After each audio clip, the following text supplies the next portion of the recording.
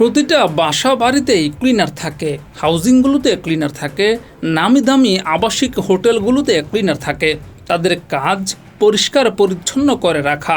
পুরোটা দিন কিংবা দিনের অধিকাংশ সময় তাদের কাটে পরিষ্কার পরিচ্ছন্নতার কাজেই। তবে এইসব বাসা কিংবা হোটেলগুলোতে থাকা ক্লিনারদের অনেকে মানুষই মনে করেন না, তাদের সঙ্গে যাচ্ছেতাই ব্যবহার করেন। আর এমন কাজই করতে গিয়ে বেধড়ক মার খেলেন এক নারী।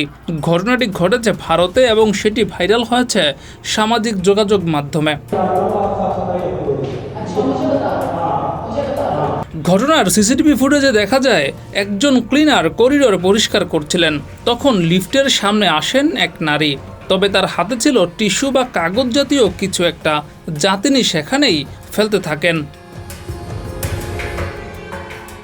এরপর নারীকে ওই ক্লিনার অনুরোধ করেন যেন এভাবে যত্রতত্র ময়লা না ফেলে, কিন্তু নারী তো নাছোড়বান্দা।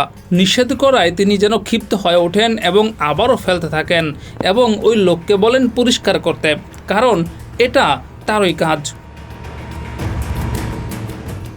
এরপর দুজনের মধ্যে কথা কাটাকাটি শুরু হয়। এক পর্যায়ে নারীটি সজোরে ওই ক্লিনারকে চড় মারে।